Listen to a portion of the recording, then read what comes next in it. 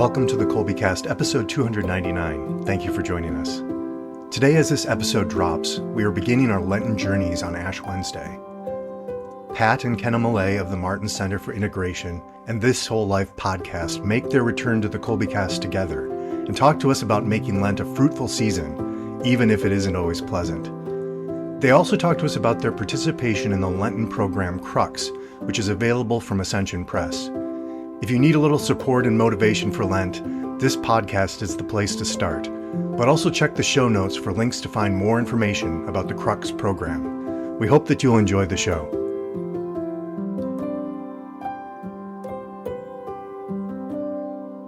Hi there, I'm Bonnie, Kolbe homeschooling mom of 4 lads and lasses, liturgical musician, popcorn and podcast fanatic.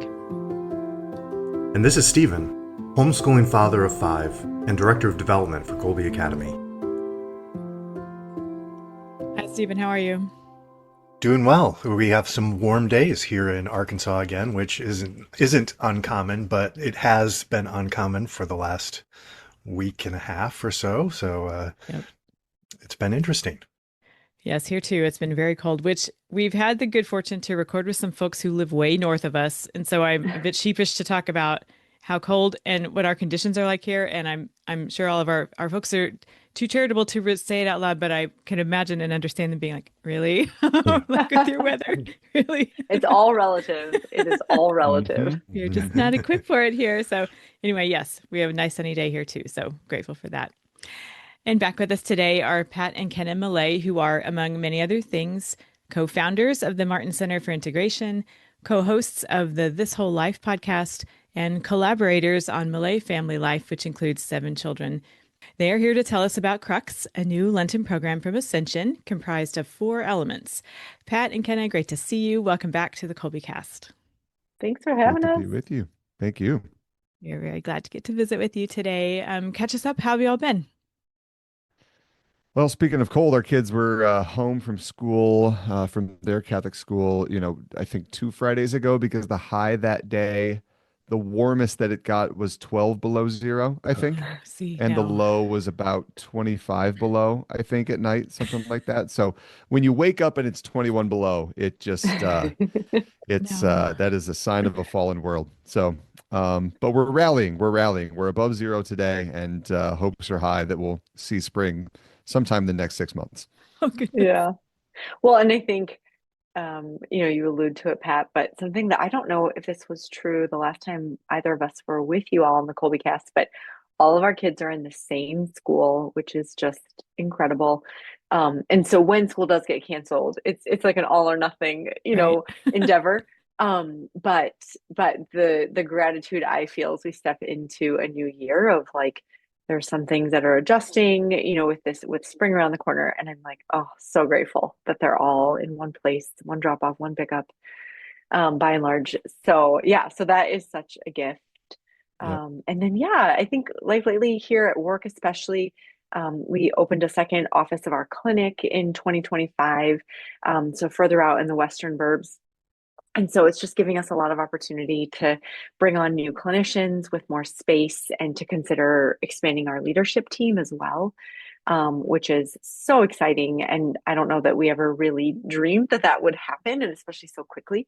It's holding Pat and I think accountable to like really healthy, like organizational, dynamics, thinking about bringing someone into the inner workings.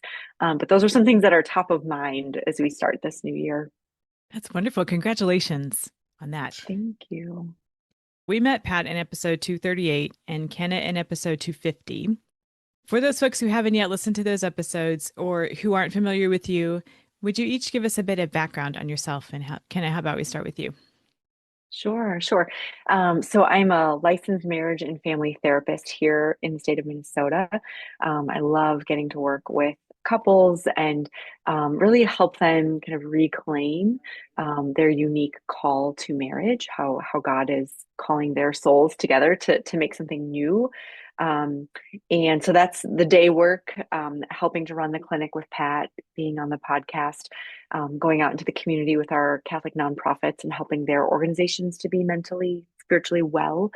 And then prior to that was in parish ministry for many years, and was in kind of elementary and adult faith formation. And so really have just always felt this call to support the domestic church, and a desire to to help families do the hard work of being family, and raising children and sending them out into this world. And then, as you mentioned, Bonnie, our 7 children. So our oldest is a 15-year-old daughter, all the way down to a 5-year-old daughter, and a set of twins in there. So I feel particularly grateful that I have a job that allows me to be present to them as much as one can be when they're, working outside the home and kids are in school. So yeah, that about sums up my life these days. Beautiful. I grew up in tropical Iowa for the most part, and met my bride at Notre Dame for college, which for all of the kind of head shaking decisions that the administration makes at times, it was a great place for me spiritually, socially, clearly romantically. It all worked out well. And after college, I was a youth minister in a number of different Catholic parishes for about 15 years, doing primarily high school youth ministry, confirmation prep, other kinds of formation and things like that, which was a huge blessing. I love it.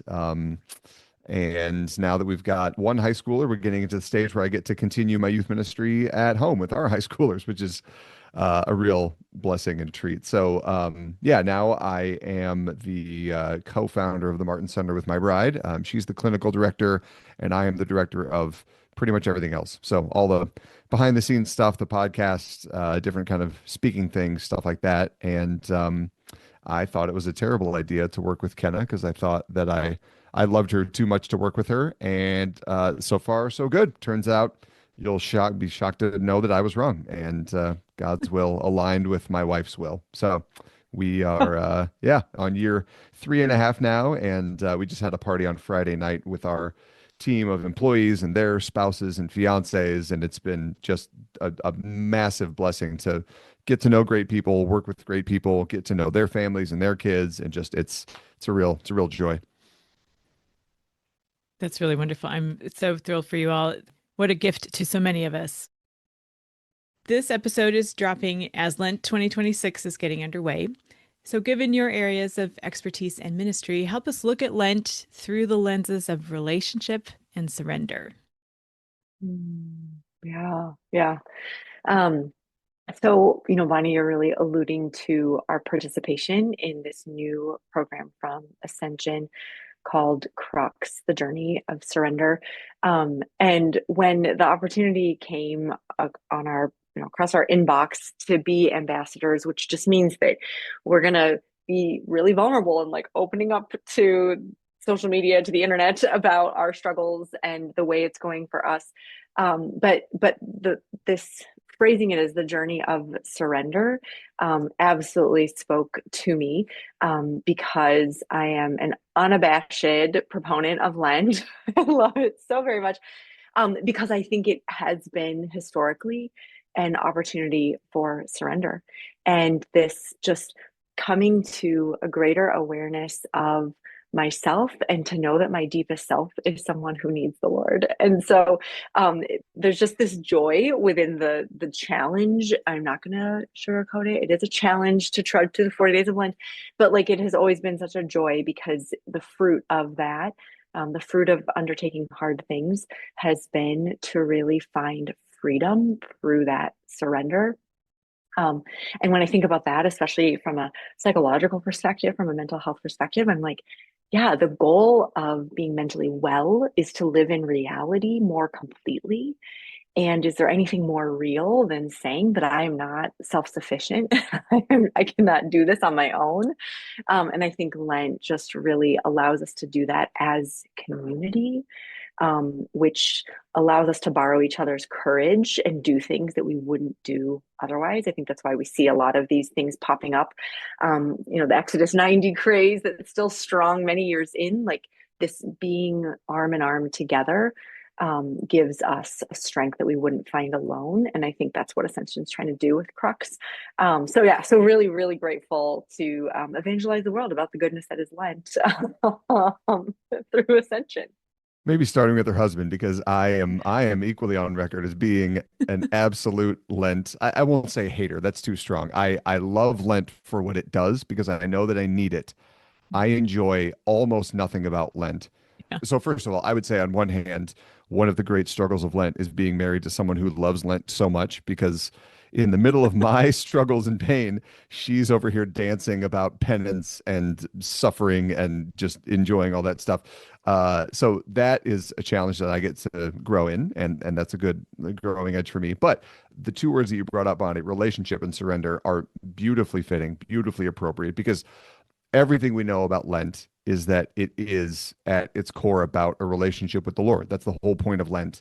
And it's about preparing us for the Paschal mystery, which is the ultimate like consummation of our relationship with God. You know, that like the Triduum into Easter Sunday and the resurrection, like that is God's relationship with us at its fullest. So Lent is this beautiful purification process to relate to the Lord in the right way. And when we do that, then the natural consequence is that I can relate to other people, I can relate to the world, I can relate to myself and my own desires in a healthier way.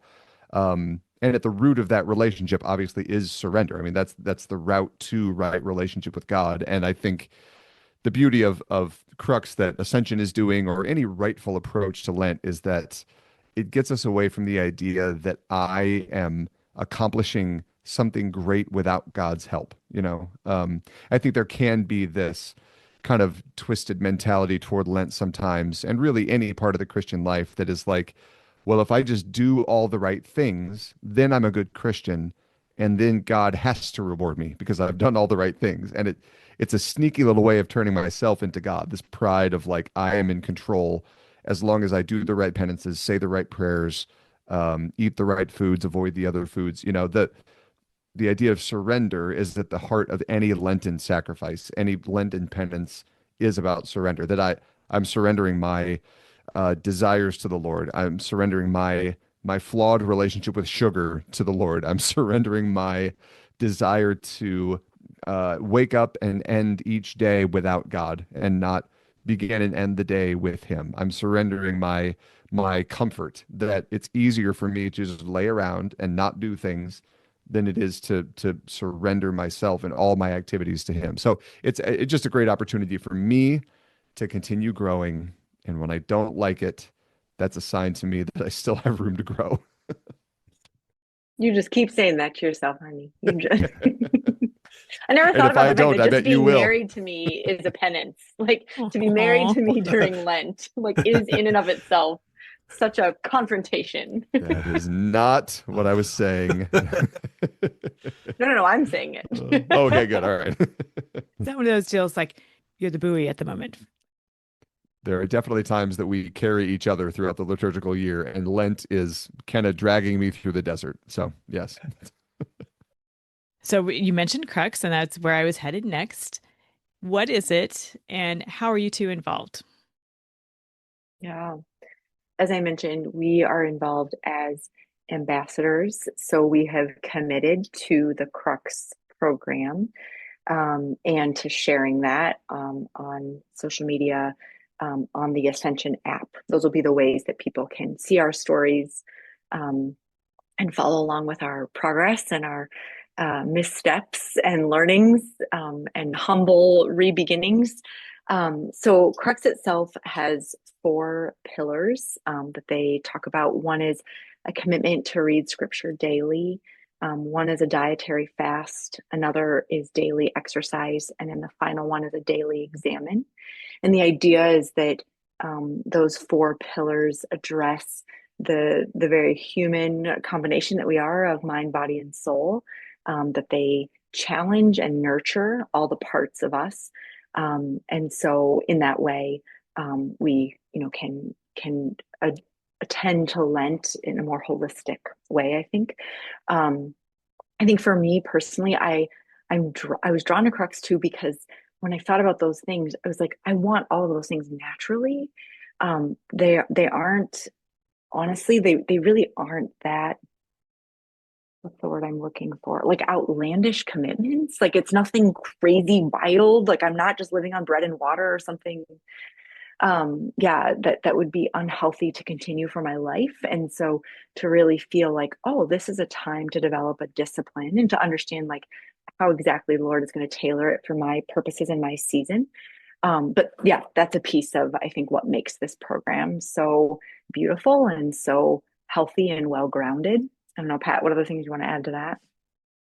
Yeah, I think just the beautiful opportunity for it to be kind of a communal experience, you know. I always do better when I'm doing things with other people, and when I can be honest about the times that I like, I don't know, snuck a candy bar at work or something like that. I'm not planning on failing on any of my Lenten commitments, but if it does happen, I love having the chance to just be real with people that I'm connected to and saying like, hey, I messed up, you know, not in like a sinful way necessarily, but in a way that I do need to like get back on the horse and recommit and continue this journey of surrender and relationship, like you said, Bonnie. So I love the communal aspect of it through Ascension, through social media, whatever means that we have, even over great distances, to be connected, to be in this together, you know. And I think it also is just a great opportunity to, as Kenna said, kind of approach a lot of our inclinations in a more integrated way. I think it's easy sometimes to it maybe I just speak for myself, but I think it's easy sometimes to underestimate the impact that even a physical penance can have on my spiritual life, because it's easy to want to compartmentalize and put my bodily stuff over here and my spiritual stuff over there. And you know, the exercise, the fasting, even though, you know, yes, I know Jesus himself literally told us to fast, and that's all fine, but it's easy for me to pretend like that's separate from my spiritual life. And the reality, of course, is that God made us fully integrated, that what I do with my body absolutely and necessarily impacts my spiritual life. So it's a good, healthy reminder to me that that is true. And I think, I don't know, maybe it's just me as well, but I suspect not. I think outside of Lent, it's easy to slowly and almost accidentally develop habits of reliance on things that aren't God.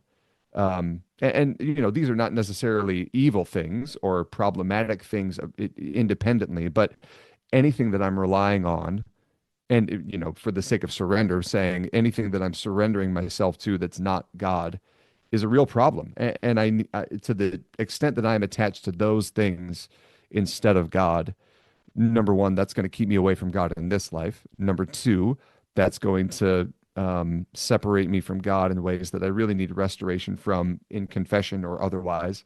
So it's a great opportunity for all of us, I think, to identify the things that we've put on thrones in our life that are not God, and to start tearing those things off their thrones little by little and seeing the freedom that comes from that in the process. Sounds like it has some the structure to it, but not necessarily the, as you I think you mentioned, the extreme of like the that I've heard with the Exodus 90, where it's, you know, cold showers and all of the things. It sounds like maybe not quite so frightening as all of that.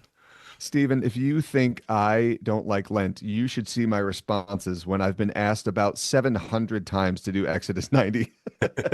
Every every good man in my life has invited me into an Exodus 90 group, and I've had to just, in the nicest way possible, say like, "I'm sorry, you want me to do two Lents back to back? I don't know if you understand the person that you're asking here." And again, like Exodus 90 is a great program, and there I couldn't begin to name the number of men that I personally know who have been through it and whose lives have been literally changed. Like they are a different person today than when they started. But for those of us like me, who balk at the idea of cold showers and not watching one sports game for an entire 3 months, you know what I mean? Like for those of us who that is a mountain that is a little too high for me to climb right now, I think for me, the allure of Crux is that, like Kenna said, this is all reasonable, manageable stuff. This is not some Herculean effort, and again, maybe it's just me, but I feel like if I were to try to do something even more significant and severe than this, it might lead me into a place of thinking that I am doing this on my own effort like more about testing my abilities than the Lord's grace in me. And I know that's not true for everyone. Again, I'm sure most of the people who do Exodus 90, it's about true surrender for them as well. But Crux is a really great option for somebody like me who just needs maybe some baby steps, you know? Well, and one of the things along with it is that Father Columba, who's a CFR, I'm not sure if you've seen his videos um, and reels and things like that, but he's been charged with the daily reflections. And so again, those are available on the Ascension app. And just to have his like guidance and his wisdom, I'm really looking forward to that and appreciating that. I mean, who better than a Franciscan to really lead the way towards surrender? They live it so beautifully and so profoundly. So that's another element of Crux that I think is really unique. Is just feeling a bit like spiritually directed along the way. And then the other thing is, Bonnie, you asked, like, how do we get to be involved? So we got asked to be one of the ambassadors. We exist as Pat and I are one unit. The Malays are an ambassador, and then there's four others, and we're all in different places in seasons in life. And there's one who I believe is a priest, another who's a single woman, another woman who's an empty nester. I mean, just like across the lifespan.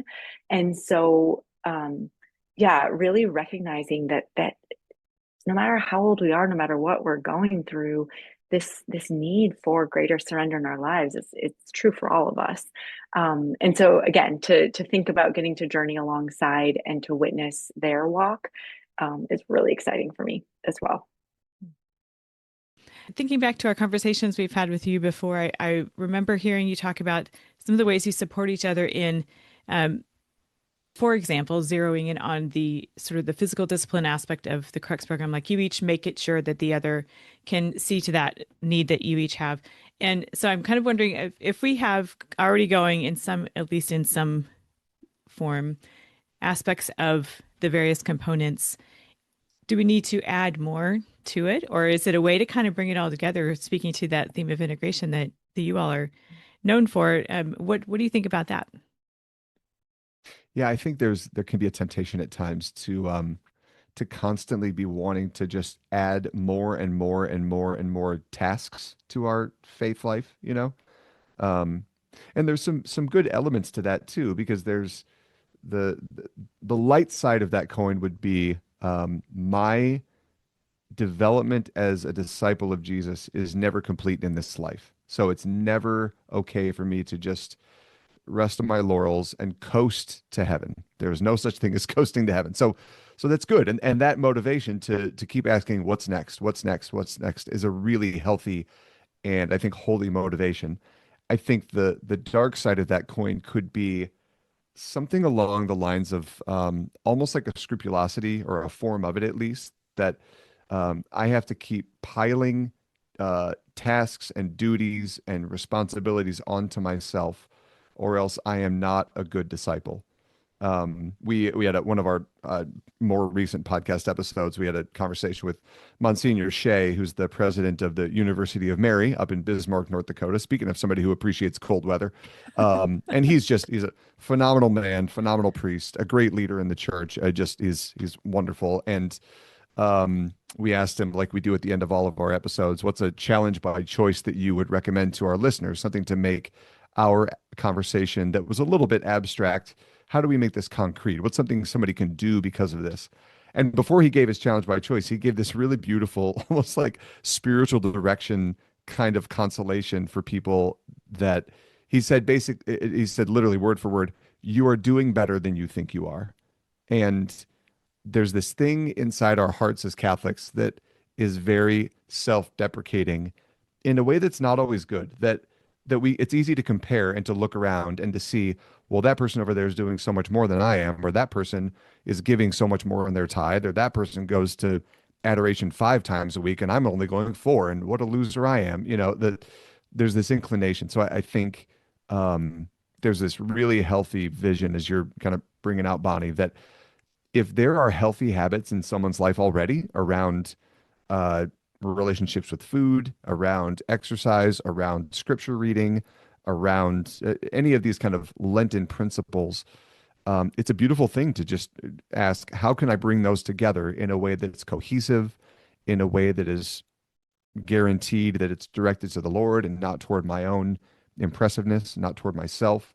In a marriage like ours, I mean, Ken and I have had many conversations about how we can support one another in our Lenten sacrifices, like you're talking about.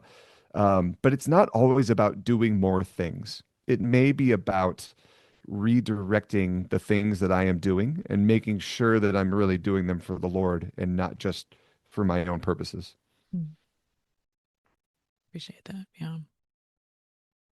It makes me think of, well, I mean, one of the things I think about a lot is virtue. With my philosophical background and things, it was like Aristotelian virtue. This is what we're aiming for. We know that happiness comes, happiness is the result of a life of virtue. And I keep falling into that trap over and over again through my life, though, of thinking just like you don't spend your life trying to be happy. I mean, yes, you spend your life trying to be virtuous, but if you focus on that as the end, it always seems like it falls short. So it's like showing that I can be courageous or that I can be temperate or whatever thing. Those are goods that are going to help me to choose the good in a better way or in an easier way. But it seems like that's like fitting. It's not the end. It's not the end that we should be striving for. It is that relationship. It is that the surrender this will help us. But I think it's really easy to just keep thinking, well, if I just, like you were just saying, if I just do more, if I just stretch myself and work on this virtue, will that be good? Yes, it will be good. But that's not ultimately the end. And those virtues are a both and. I mean, they are both the result of a relationship with God, that those are also graces that we're able to receive, but they are at the same time, as you said, Stephen, a means to an end, that they are a movement on the journey to God, that the more just, the more courageous, the more self-controlled I am, the more I'm going to be moving in the direction of the Lord. But yeah, it is as good as those virtues are, it is even possible for the virtues themselves to become gods in our lives and to build up, and you mentioned Aristotle, almost like a Greek love affair with human excellence and getting away from the foundation of that excellence, like the one who made our humanity and gave us all these possibilities in the first place. Can certainly see how the emphasis on the surrender, the relationship, integration, and accompaniment, which have come up throughout our conversation. I was going to ask you about the roles of integration and accompaniment next, but those have already been brought up a few times. It certainly seems like this undertaking is one that is ordered toward continuing indefinitely. It's not like I'm going to give this up for Lent and I can pick it back up again on Easter Sunday, and here we are back where we started. And this is something that we will carry forward and continue to grow in as well. So that's very appealing as well. On those roles of integration and accompaniment, you speak so beautifully about each of those. And so applied to this particular conversation we're having, what do you think about that? Yeah, I think, particularly in this time that we are living in, especially for us here in the Twin Cities, there's just, I don't know, a more pronounced awareness of suffering and of the incompleteness of this life. And this is part of why I just love Lent so much, is because we are in it together. And there is a way in which that's always true outside of Lent, like that's still true, but it's more pronounced. And when we can undertake these practices, these 4 daily disciplines, I don't know, there's just this strength that comes of like the church being made visible in a different way during this season that really excites me to think about the ways in which we are really, edifying one another in sharing this. And I hope people do. I mean, just as much as we, as the ambassadors, are going to be talking about how it's going for us, like I'm looking forward to hearing how those journeying along, how they're doing and what's going on with them. I know that Ascension is working hard to offer this to parishes, that parishes can create small groups basically for this during Lent as well. So yeah, that accompaniment, that attending to our humanity, that we are made for relationship, ultimately for relationship with the Lord, and in this life we receive that often through each other, right? That we encounter Him by being with one another, and I'm hopeful, and it's kind of cool that we're doing this in our marriage. That Pat and I can even experience deeper intimacy by being honest about what this is like. And as high as I am on Lent, I don't mean to imply that like it's never hard for me to like give these things up, but I get so much like anticipatory joy over thinking about how good it's going to be. And so I personally am looking forward to that. And so thinking about, maybe folks who are listening, like, is there a spouse, an older child or adult child or friend or neighbor, like someone that you would invite into the journey with you to consider like undertaking this with you, that maybe your parish isn't going to offer it as a small group, but you can create that in and of yourself. Funny true story. So Ascension sent us the gorgeous journal that they had made for Crux, as well as the daily reflections. It comes as a bound book, and we should have known better than to just leave it out on the counter, because our 15-year-old daughter comes walking by. She's like, "What's this?" And she opens them up, and boom, there they went. So there went one set of those resources. And as she did that, and I was looking over it again, and Pat and I were chatting, and I was like, this is absolutely appropriate for a teen. Like, this is, again, I think because it's not maybe something as extreme as an Exodus 90, and we keep picking on it, but it's just so well known. Its practices are well known, but these practices are really healthy, and can be well a part of a growing, into maturation, Catholic's life. So yeah, the accompaniment, it excites me. I think about how we're going to have our own little small group in our house here now, with our daughter. So just a gift to be with one another on this. And there's just so much grace in accompaniment is the word you use, Bonnie, that I think in our modern technological world, it's easy to lose that. It's really easy for each of us to be our own little silo of a human person, and to be more and more divorced from true, textured, complex but beautiful connection, even with the people in our own homes. There are stats that I love to review with folks when we speak about isolation, in particular with mental health sometimes, that I can't remember the exact numbers offhand, but in the past, let's say 60 years, the size of the average United States house, like the building itself, has more than doubled over the past 60 years. And the size of the average American household in terms of number of people has dropped by about 30%. So we are, on average, living in huge, much bigger homes with far fewer people, which there was a book I read once that proposed that as one of the many reasons that isolation and loneliness are such an epidemic right now, that people literally have more square footage per person. So in a lot of households, it's just easier to get to my own space, and it's easier for me to not have to share or negotiate or forgive or argue in a healthy way.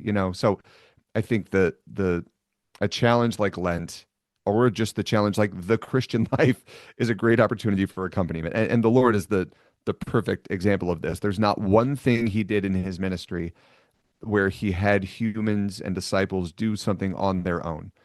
He sent the disciples out two by two, and all of the stories of the Acts of the Apostles, Paul and Peter are never on their own. They're with Timothy and Silas and Barnabas. They're with all their friends, and they're doing these missions, these ministries with accompaniment. And frankly, when people in the Gospels do things on their own, that's when things go badly. That's when Judas betrays Jesus, when he goes off on his own, and that's when Peter denies Jesus, when he's sitting alone by a campfire and he's not with the people that can really support him. So I think there's just so much value in coming up with great Lenten principles, whether it's with Crux or in some fashion, but sharing those with a good friend talking about it as a family, inviting your kids into the conversation, and maybe their kinds of penances and sacrifices are going to be different than yours as a parent, and that's beautiful and appropriate. I would not expect our 5-year-old to give up the same kinds of things that we do because she has different needs, different challenges in her life right now.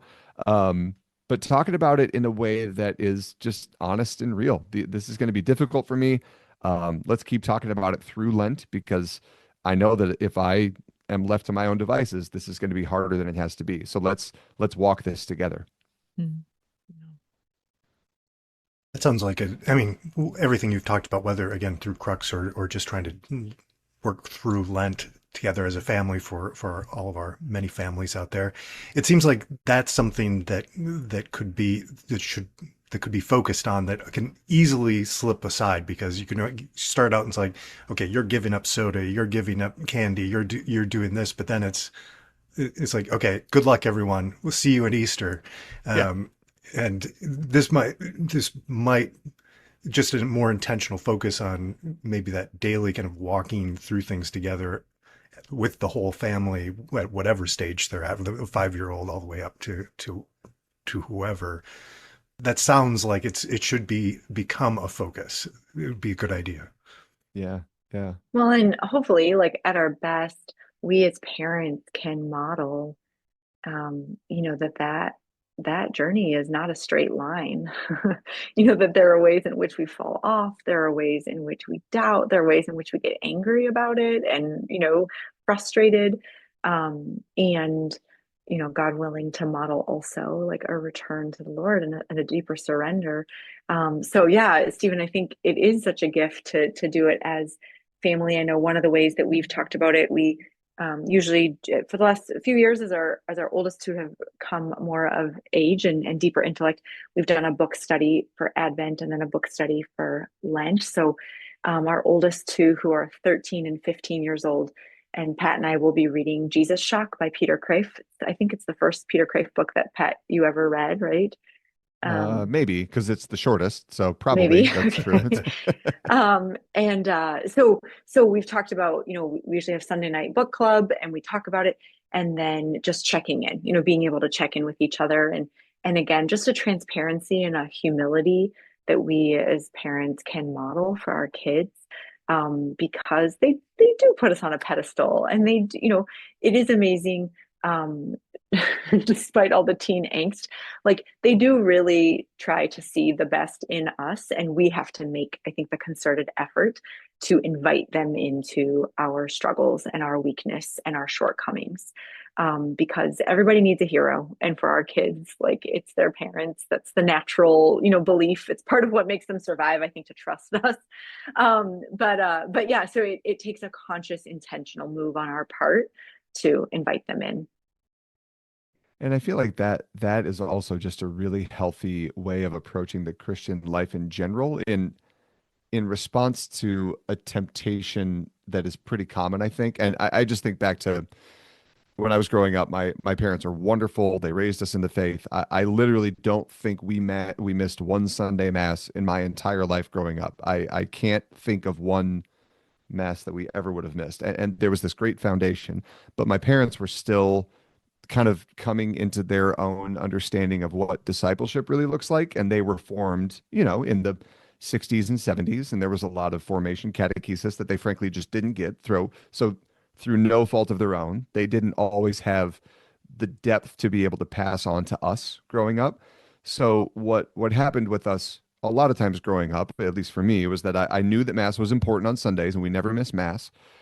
I knew that virtue was important because we were told oftentimes to do the right thing, and very specifically what the right thing was.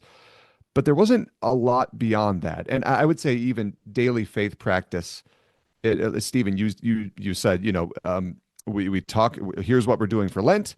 Ready, break. We'll see you at Easter. Good luck with that. And I think that tended to be the approach for us week to week in our faith. We go to Mass on Sunday, we get home, ready, break. We'll see you back here next week, and we'll talk about Jesus then. And again, I'm not criticizing my parents for that. I think they absolutely did the best they could, and they did actually beautifully well with what they were given. And for any families who are in that stage right now, if that's what your faith looks like, that is not a criticism. I mean, going to mass every Sunday is not a bad thing. That is, first of all, it's an obligation, but second of all, that's a beautiful starting point, you know. But I think the invitation maybe is to make our life with Christ a truly daily event. That it really is something that I consider every day. Give us this day our daily bread. That this is not just a set it and forget it. I get my weekly Eucharist and then I survive for 6 days until I go back next Sunday. That every day, like this is the day the Lord has made. So how can I embrace the gift of this day? How can I make an offering of this day?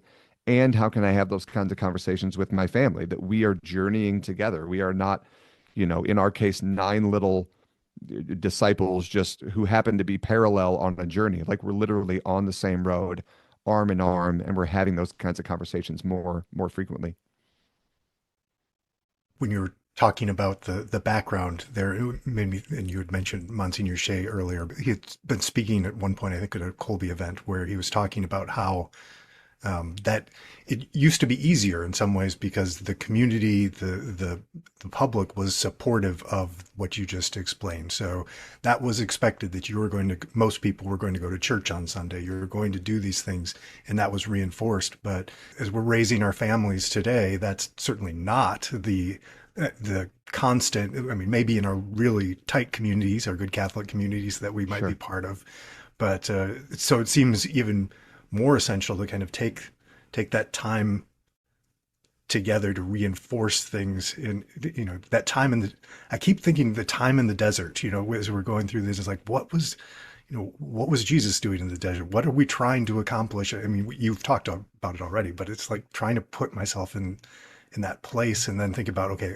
our whole family, our whole community, whatever's participating in that, moving forward through this. And yeah, that seems wonderful when you Well, start thinking. and I appreciate that, Stephen, because I mean, you're just, as I listen to you, I'm like, yeah, like our children really do need us to help them connect these dots, that these practices, especially if they're happening within community, and it can feel like, as good as it is, it can just feel like I'm one with the herd and I'm doing what I do. I just hang out with Catholic people. So this is what, we go to stations on Friday. We, go to mass on Wednesday morning, whatever, with school, yeah, especially as parents who have the privilege of those more intimate spaces with our children, to point them back to like those practices are about like his heart for you, his love for you, his mercy for you, his desire to help you know just how much you are loved, and that our kids need that. Our oldest is in high school. She's a freshman this year. And once you come into the upper school at St. Agnes, which starts in 7th grade, you can participate in something that they call One Lent. And every week of Lent, you're giving up a different thing. So it's social media one week, or music the next week, or anything but water the next week. It's different things. And our daughter has done it twice. And I said, "Oh, are you going to do One Lent again?" And she said, "No, the jumping around actually isn't really that helpful for me." She's like, "I actually need to be held to the point of discomfort in one thing." Ironically, it's called One Lent, but they jump around. So I was like, oh, and in talking to her about it, like helping her make that connection of like, yeah, because what is it about staying in the one thing that's really hard for you that you'd really rather just seek comfort, in something else? And she's like, yeah, because then my only option is to go to God. And like, but our kids need that. I mean, we need that help from each other too, to like make that connection. Otherwise, these practices, Lent or otherwise, can just become, things that we do, things we check off a list. So yeah, super, super important to let these family relationships carry these seasons as well. I think that's really interesting what you were talking about, the difference between like giving one thing up each week, or how one might be either easier or more rewarding for an individual, because that always goes through our head too, like should we just give up you just give up the one thing? And but as you were talking about that, it made me think of, well, it again probably just varies. For some people, that 1 week could just seem like an eternity, and they immediately get there and they're ready for a new challenge or something. And for others, you need to see that it's like, oh, I could go a week, but 2 weeks, 3 weeks, 6 weeks, no, that's too much. It seems like too much. So you have to kind of get to that point. That's really interesting. Kenna, you made a comment earlier about the psychologically healthy aspects of the Crux program. Say a bit more about that. That was stuck out in my mind. Yeah. Yeah. So, first of all, there's the consideration that these four disciplines, again, attend to the reality of the human as a mind, body, and soul, right? Integrated together. That we're not just focusing on physical disciplines, or we're not just focusing on like spiritual disciplines, that there's a representative of those things. So that's one element of it. I think the other one is that the things that we are being encouraged to step into really promote psychological health and a further living in reality. So if we consider the examine, right, because we could have just said like, oh, journal, which would have been good in and of itself. But the structure of an examine is to review for the purpose of looking forward, right? Understanding like where has God been? Where has the grace been? Where have I been closed off to that grace? And where do I want to intentionally step in and open myself up to it? And that's a huge piece of what we do in therapy, to be honest, reviewing a week and going, okay, where did you cope well? Where are the places where you really chose maybe some hard things, but some things that allow you to become more human? And where are some places where you picked, to numb out, to distract oneself, and really prevented your own growth and your own healing? And then where are we looking ahead? Like, where are we looking for those maybe trouble spots where we know in the week ahead you're going to have challenges or opportunities like to practice these things? So I think proposing an examine, and again, something that I have over the years, like had fits and starts of being faithful with, and I'm really hoping to develop a discipline with that, because there is just something about being able to look at oneself in the light of day and in all truth, and not to collapse into shame, but to go, oh man, yeah, that was a missed opportunity there. Thank you, Lord, for like shedding the light on that. And thank you for reminding me that you will be there for me in a moment like that in the future, to carry me over that, to help me over that bridge. So that's kind of a deep dive into one of them, but I just think, these are ways in which we can know ourselves better, more self-awareness for the sake of self-gift to God and to others, of ourselves. That idea of being more integrated coming out of Lent would be such a well undertaken journey, that like I'm becoming more myself in this season of penance, like in this season of stripping away, that I would actually be more self-possessed, more self-aware. That would be such a testament to God's presence in one's Lent. All right. So this all seems very doable. I can see so much good coming from this. Inevitably, we will get discouraged along the way, as has come up throughout the conversation. So what would be some of your suggestions for addressing that discouragement when it arises and moving through it and onward? Oh, it's the story of my life, Bonnie, is discouragement at my own weakness and failure.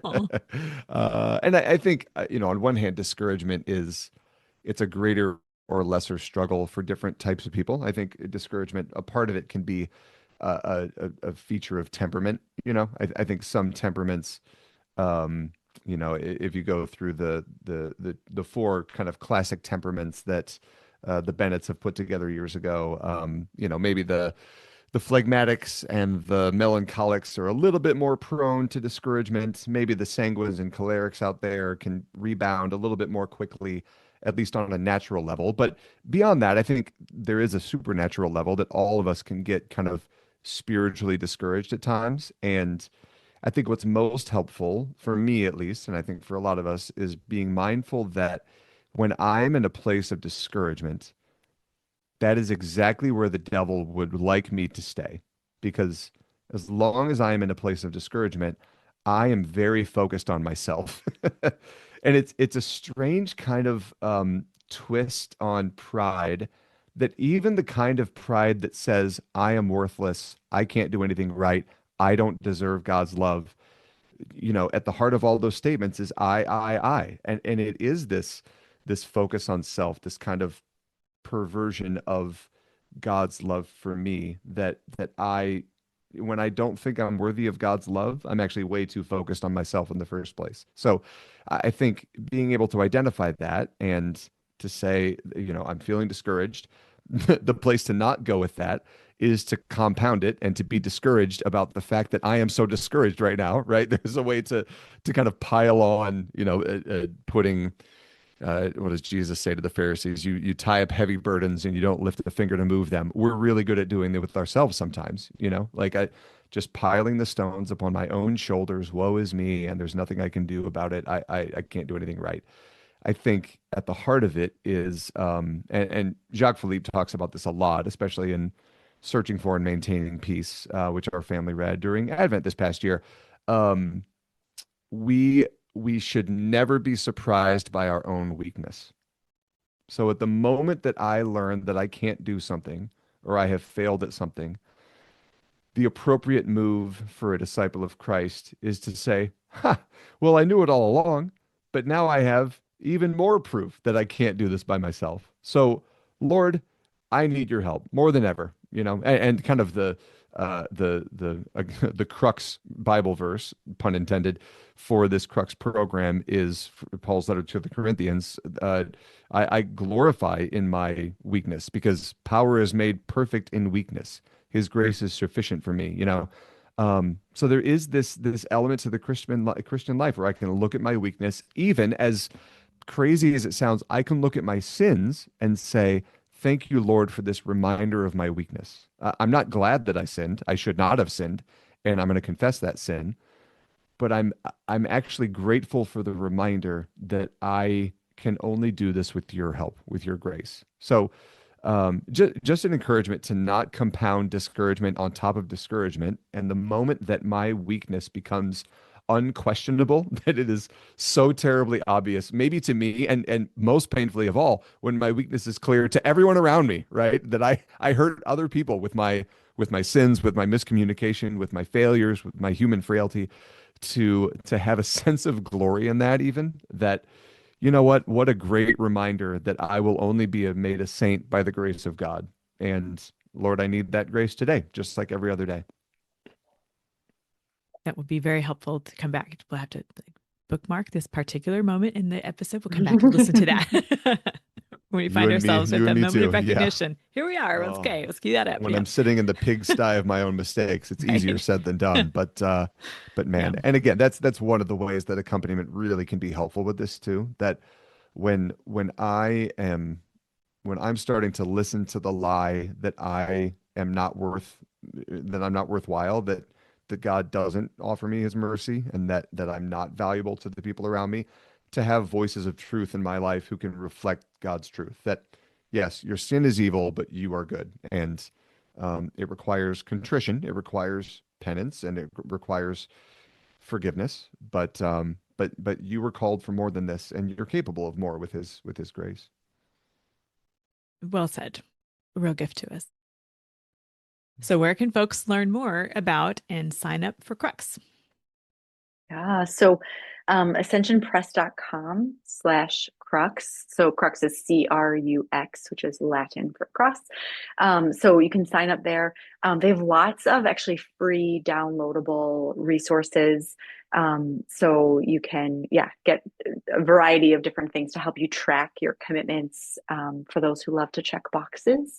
And then again, access, Father Columbo's videos and those kinds of things, ascensionpress.com/Crux.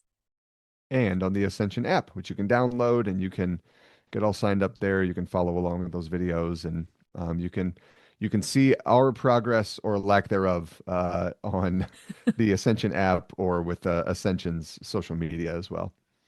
Okay, good deal. And that app is neat. All kinds of good stuff in there. And to learn more about you, Pat and Kenna, where should folks head next? Yeah, you can check out martincenterforintegration.com, and you can find out all of the things that we get to do with God's grace there. You can also check out This Whole Life podcast on every podcast player in the world. Don't stop listening to the Kolbecast, but after you're done with this episode, check out This Whole Life and then come right back here for the next episode as well. Thank you very much. Appreciate that. And yes, I'm a big fan of your podcast. It's a top of my array of podcasts. So I'm grateful for all you have going on there. Okay, our show notes, as always, will have links to the things we discussed today, including the links that Pat and Kenna just mentioned. We are very blessed and fortunate to have had conversations with a few of the folks who came up in this conversation, Msgr. Shea and Dr. Peter Kraft, and the Bennetts talking about temperaments. We'll list those in the show notes for folks to check out after they have listened to this episode and the latest of This Whole Life. And so then we'll fill up your queue that way. So Pat and Kenna, it's been wonderful seeing you and visiting with you. We wish you all the best. Know of our prayers for you and your family, and come back and visit with us again soon, please. Sounds Can't good. wait. Thank God you. bless you God guys. bless you both. Thank you. Subscribe to the Kolbecast on your favorite podcast app so that you don't miss an episode. And let us know how we're doing by leaving a rating or a review. And as always, feel free to email us at podcast@kolbe.org. Mary, our Mother, pray for us.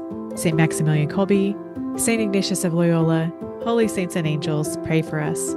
Ad Maiorem Dei Gloriam.